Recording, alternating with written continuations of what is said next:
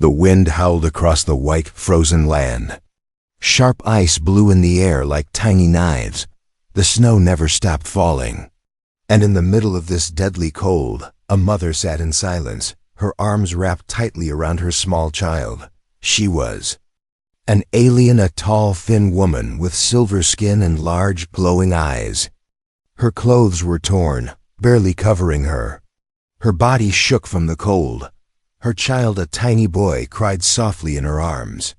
His small body was turning pale. He was too cold. Too weak. She looked around. Nothing. Just endless snow. No shelter. No people. No fire. Just her and her baby, alone. She had already burned most of her clothes, one piece at a time. Her jacket was gone. Her sleeves, too. She had burned them to keep her baby warm for one more hour. Just one more. Now she was nearly naked. The cold bit into her skin like teeth. But still, she held her child tightly. She had nothing left.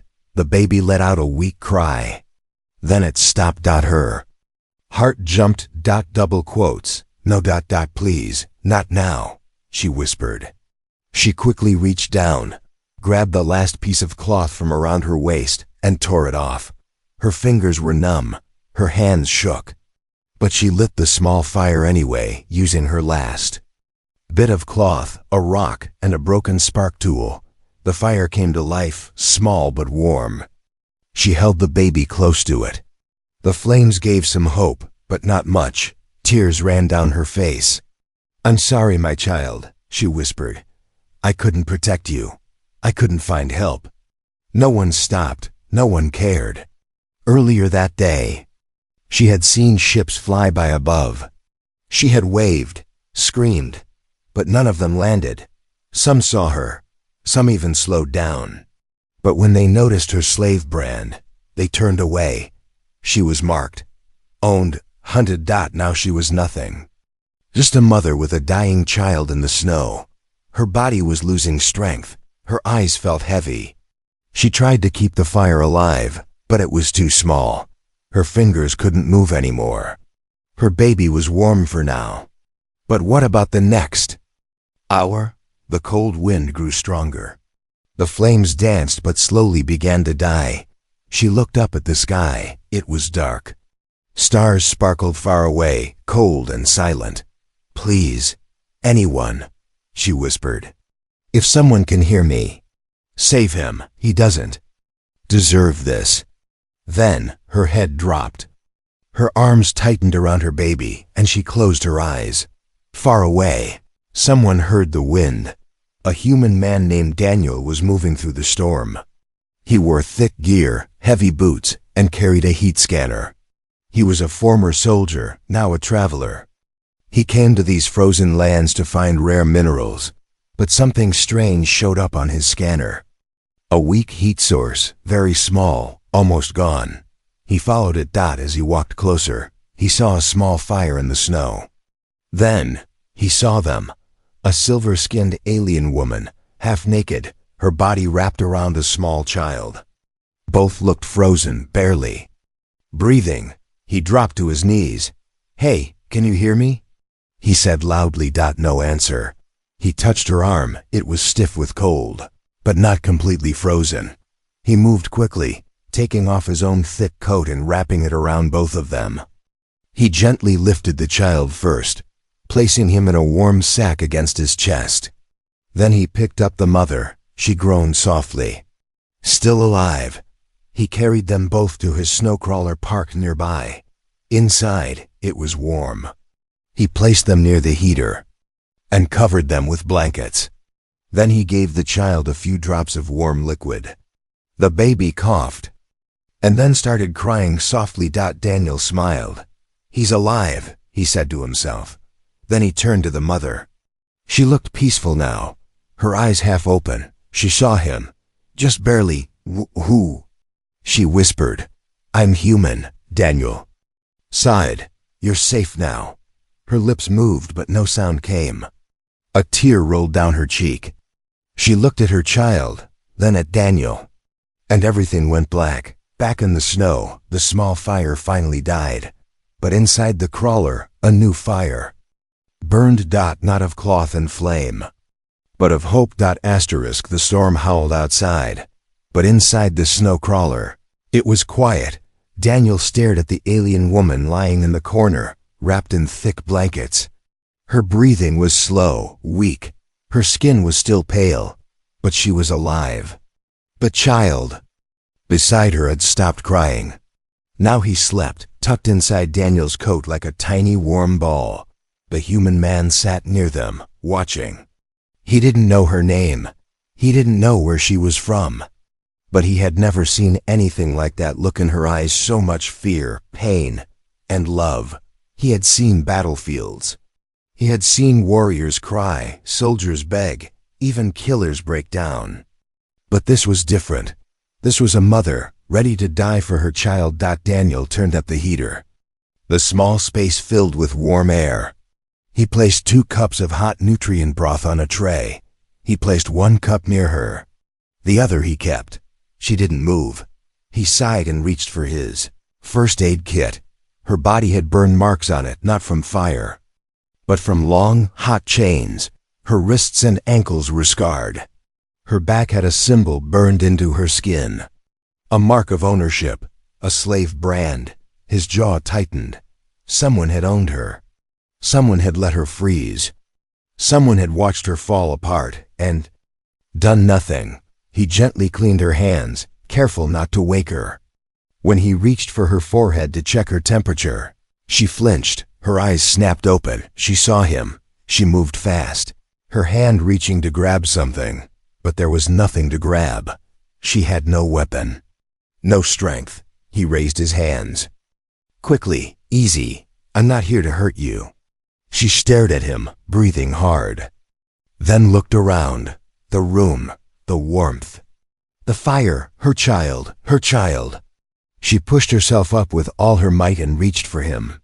The baby was still wrapped and sleeping safely. She pulled him into her arms and held him tight, shaking. Daniel stayed quiet. Then in a soft voice he said, "You were dying out there. I only want to help." The alien woman didn't speak, but she didn't run either. He slid the hot cup closer to her. "Drink this, you need strength." She looked at the cup, then at him. Slowly, her thin fingers wrapped around it. She took 1 sip, then another.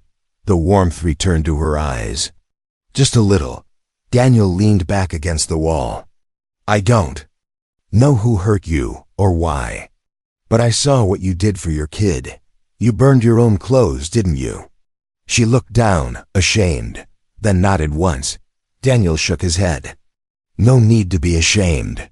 That's the bravest thing I've ever seen." Still, she said nothing. But her eyes softened just a bit. The storm outside screamed louder, shaking the crawler. Snow slammed against the metal shell. But inside, it was safe for now. Suddenly, the baby let out a small cry. He was hungry. The mother pulled a cloth from under the blanket and tried to feed him, but she was too weak. Her hands trembled. Daniel saw this and quietly opened a protein pack. "Here," he said. "Crush this into water. It'll help you both." She hesitated. Then slowly took it. Her fingers touched his hand, cold and shaking. But something passed in that moment. A silent understanding. She still didn't trust him, but she didn't fear him anymore. Later that night, after the storm calmed, Daniel stepped outside the crawler. He needed to get supplies from the small depot nearby. It was only a 10-minute walk. Safe, as long as the weather held. He looked back before locking the crawler. The alien mother was sleeping, her body curled around the baby, both warm under blankets. She looked peaceful now. Daniel smiled to himself. "Just a quick run," he said softly. But when he returned 20 minutes later, the crawler was empty. The door was wide open. Wind howled inside. The blankets were tossed aside. The mother and her child were gone. She ran. Her bare feet touched the snow, but she felt nothing. Her body was too numb, too weak. Her arms held her child close, tight against her chest. He was wrapped in a thick blanket, the only thing she took from the human who helped her, the human who gave her fire, warmth, and a chance to live. And yet, she ran. She didn't know why. Fear, habit, pain. She had been hunted so long. She couldn't stop running, not even from kindness. The sky above was turning dark again. The storm had passed, but the cold was still cruel. Her breath came out in thick clouds. Every step felt like her legs would break. But she didn't stop, because the sound was back, the growl in the distance. Low, slow, following her. It wasn't the human. It was something else. Back at the crawler, Daniel stood frozen at the door. They were gone. Snow blew inside. The blankets were on the floor. No signs of struggle, no blood, just gone. He grabbed his scanner and ran outside. The footprints were fresh, small feet in the snow, one set dragging. He followed them. He moved fast, heart pounding. Not because of anger but fear. "She's not strong enough," he whispered. "She won't survive another night out here." His scanner blinked. Something else moved nearby, circling the same direction. Something big. She moved slower. Now her legs burned. She looked behind her. Nothing. But her body told her the truth. Something was there. She stopped under a twisted tree made of crystal-like branches. Her body dropped to her knees. She gently lay her baby against her chest, hiding him under her arms. And then she heard it. Crunch. Footsteps. Big, heavy. She held her breath. Then a snarl. A beast. She remembered this sound. Back in the slave camps, the guards kept these creatures as hunters. Six-legged trackers. They followed the scent of branded ones. Ones like her. She pressed her child tighter and didn't move. But the creature moved closer. She could hear it breathing. It smelled her. Suddenly, it growled loud and leapt forward. She screamed. A red beam shot through the air, burning into the creature's side. It fell to the ground with a sharp cry. Then silence. Daniel stepped through the trees, holding a smoking blaster. His face was tight, jaw clenched.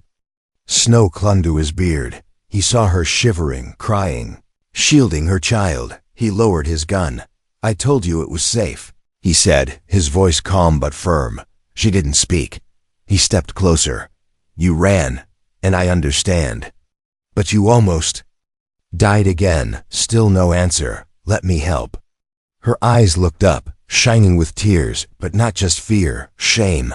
"I thought they followed me," she whispered. Her voice was weak. "I didn't want them to hurt you." Daniel blinked.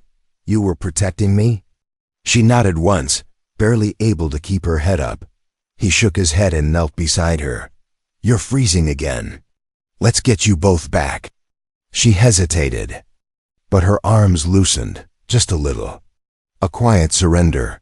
He picked her up again, gently, carefully, like a man carrying fire. And once more, the child made a soft sound. Alive, safe, warm. Back inside the crawler, he wrapped them both in blankets. Again, this time she didn't stop him. She let him feed her warm broth. She didn't speak. But her eyes watched him closely now. He sat near the heater, watching the child sleep. Then he finally asked, "What's your name?" She looked down for a long time. Then she said, very quietly, "Naraili." Daniel smiled. "I'm Daniel." There was a pause. Then Naraili asked, "Why? Why did you come back for me?" Daniel looked at the fire. "Because someone should have come for you a long time ago." She said nothing, but for the first time, she smiled, just a little asterisk. The snow crawler moved across the frozen land like a slow beast. Inside, the heat purred. The silence was calm. But Naraili didn't relax. She sat with her knees pulled to her chest, the blanket wrapped tightly around her thin frame. Her child, silent now, rested in her lap, his tiny breaths warm against her skin. She watched the human Daniel. As he drove, he didn't speak much. He didn't stare at her. He didn't ask questions. And somehow, that made her more nervous. Most people ask too much. Where are you from? Who owns you? How much are you worth? But he just helped. It didn't make sense. That scared her. They drove for 2 hours through white silence, until a shape appeared in the snow-dark metal, half buried under ice and rock. It looked like a fallen bunker, old and forgotten. One side was broken, the roof dented, but the door still worked. Daniel walked ahead and waved her inside. Come, it's not pretty, but it's safe. I call it home. Nirali stepped in slowly, holding her baby close, and froze. Inside was warm, clean, and full of strange human things. There were shelves with tools, dried food packs, blankets, and lights that didn't flicker. A small bed in the corner. A heater. Even a tiny stove. It was the richest place she had seen in years. To her, it looked like heaven.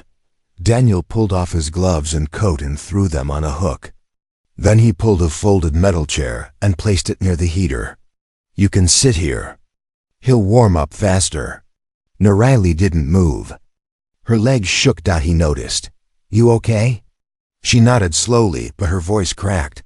I've just never been inside a place like this without chains on. Daniel didn't say anything right away. Then he said softly, You'll never wear chains again, not if I can help it. Her throat tightened. She sat down, silent. Her child sighed in his sleep. Warm again. Later, Daniel prepared some warm broth and soft human bread. He handed her a small bowl. She took it with both hands, trembling. You're free to rest here, he said, as long as you need. No payment, no trade, just peace. She looked up at him. Her lips parted like she wanted to speak. But no words came. Instead, she ate slowly, eyes still watching him. Always watching. Not with fear, but with deep confusion. Why? Why is he doing this? She didn't ask it out loud. She just kept thinking it. That night, Daniel worked quietly in a side room. Nirali crept forward, holding her sleeping child, and peeked in. He had weapons, blasters, grenades, old armor, all stacked neatly. He was cleaning one of the guns. She stepped back. Was he a killer? A mercenary? A bounty hunter? But then, why save her? She bit her lip and returned to the bed, heart full of questions. Just before dawn, Daniel placed something beside her sleeping mat, a soft toy made of cloth. A tiny, alien animal. She opened her eyes just as he was about to walk away. You gave this to him? Daniel nodded, whispering. My sister made it, long ago. I thought he might like it. Nirali stared at the toy, then at Daniel. My people don't give gifts, she said. Not unless they care. Daniel smiled faintly. Then maybe your people are smarter than most. She didn't smile back, but she clutched the toy close. Morning came. A calm one. For once there was no storm. No running. No fear. Nirali stood by the window, watching the sky. Daniel was repairing a broken drone near the heater. Suddenly, her voice broke the silence. They'll come for me, she said. Daniel looked up. Who? She turned, lifting the edge of her blanket. The slave mark on her back glowed faintly red, old, burned into her flesh. I escaped the slave camps, she whispered. They hunt those who run. They never stop. Daniel stared at the brand, his face dark. How long? He asked. 3 years, she replied. 3 years hiding, running, sleeping under broken ships, burning my clothes to keep my son alive. Daniel stood slowly. Then he walked to a wall panel and pressed it. With a hiss, the metal wall opened. Inside was a full locker, old, heavy armor, and rows of military-grade weapons. Nirali's eyes widened. Daniel looked at her. If they come, he said, they'll find more than a weak woman and child. He pulled out a blaster and set it on the table. They'll find me. The fire inside the bunker crackled softly, but Nirali's heart was louder. She sat beside the heater, the toy animal held close to her chest. Her child slept wrapped in thick blankets, finally full, finally safe. But she wasn't sleeping. Not. With that mark on her back, not with what it meant. She had kept it hidden for years. Never showed it to anyone, not even to other slaves. It was her curse, her warning, her prison. But now the human had seen it, and he didn't flinch. He didn't step back or look at her with pity. Instead, he opened a wall of weapons and armor. He was planning to fight, for her. Daniel didn't ask more questions. He didn't need to. He sat at the table, sharpening a blade. The firelight reflected in his eyes, steady, calm, but full of thought. He had seen marks like hers before, back during his time as a soldier. He'd fought on worlds where entire cities were turned into labor pits. He remembered the look in those eyes, the same as Nerali's, tired, guarded, never at peace. He broke the silence. "I served in the border wars," he said. "I saw what those camps did to people." Nerali didn't speak. "I also saw what the cartel does to runaways," he added. She slowly turned to him. Her voice was quiet, shaky. "Then you know they won't stop." Daniel nodded. "I know. That's why I'm not letting you leave again," she frowned. "But helping me makes you a target. They'll put a bounty on your head." Daniel smiled, but it was the kind of smile that didn't reach his eyes. They already did. Years ago, for something else. Nerali blinked. "Why?"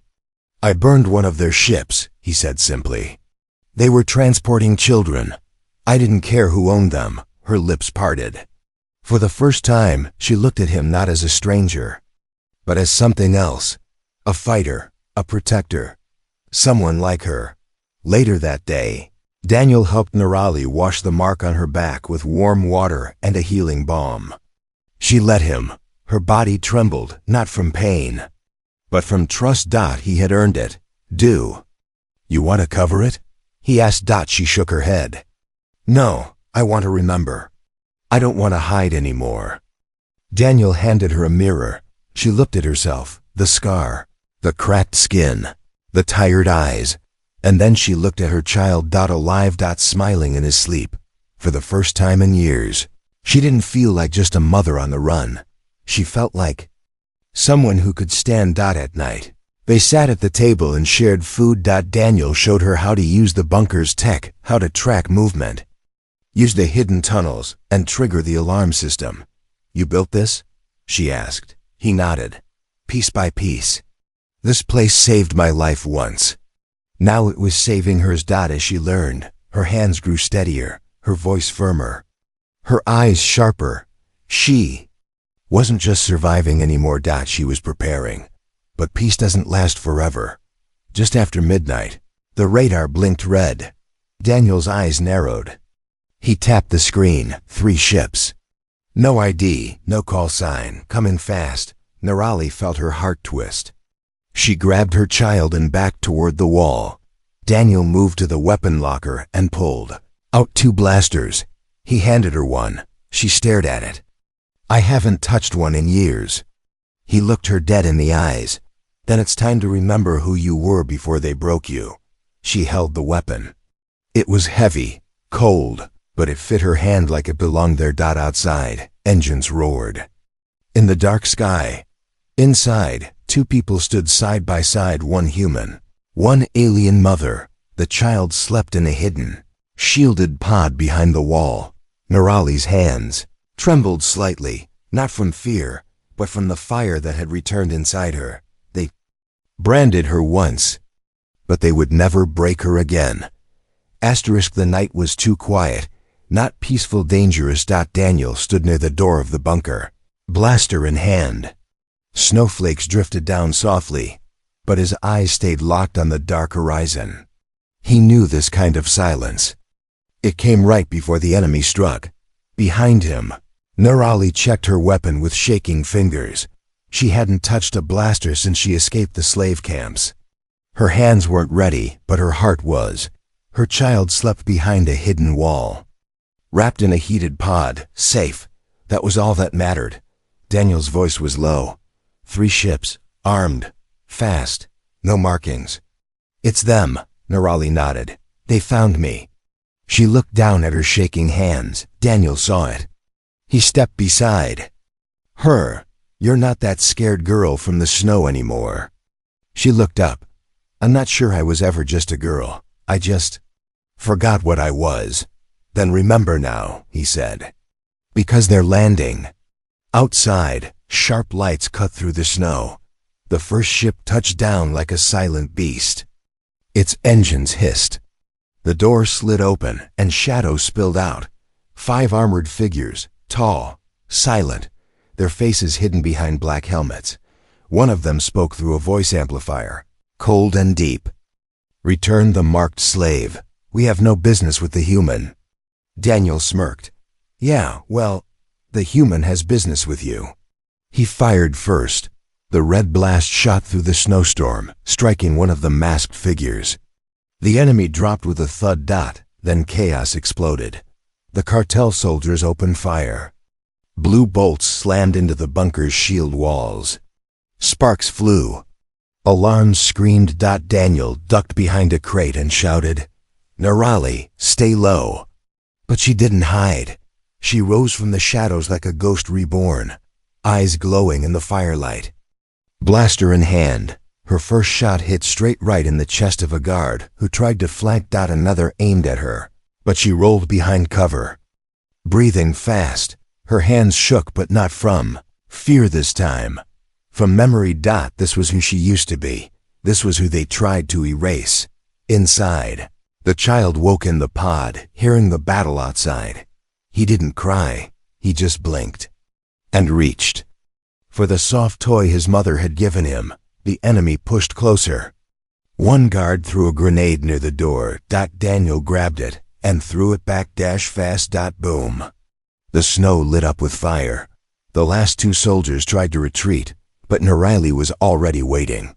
She stepped out from cover, both feet planted firm in the snow. I'm not running anymore, she said. She fired twice. They fell. Silence. Then, only wind again. Smoke rose from the snow. Daniel walked to her, chest heaving, blaster still warm.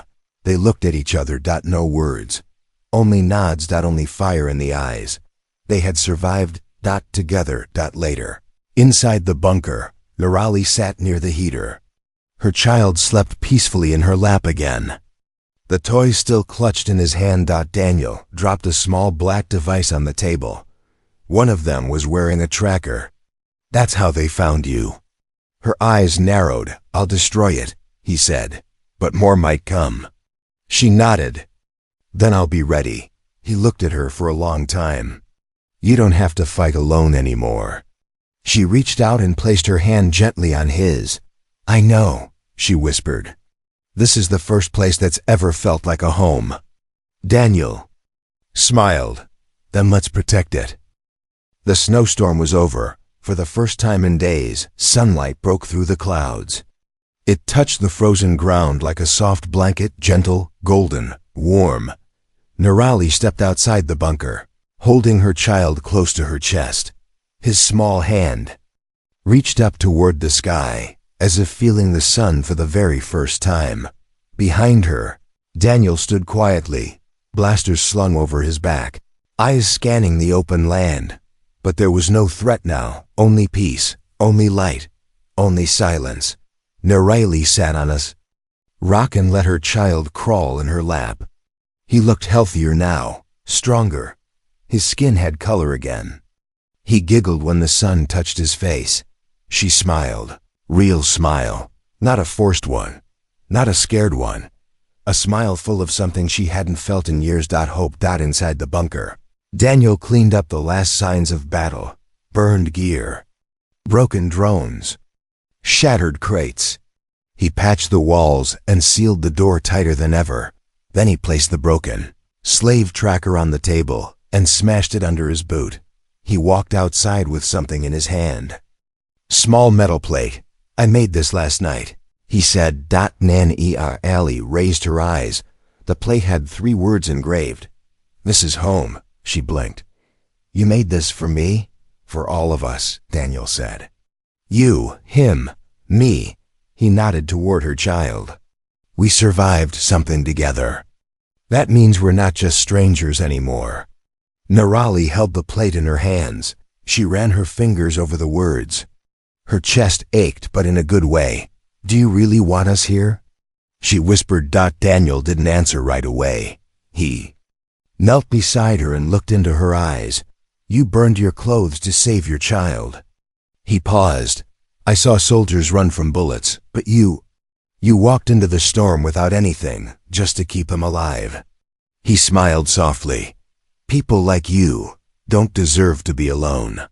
That night, a new fire was lit in the bunker. Not just for warmth, but for celebration. Daniel cooked something simple, just heat packs and melted protein cubes, but to Nirali, it tasted like a royal feast. Her child laughed for the first time. Daniel built a small wooden crib and placed it near the heater. Nirali tucked her baby in, sang him a lullaby in her soft alien language, and kissed his forehead.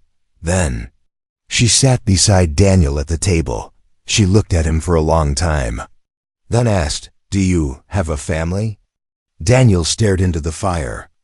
Had, long ago. War took them, then peace forgot me. He turned to her. But now I have something again. Nirali tilted her head. What? Daniel's voice was quiet.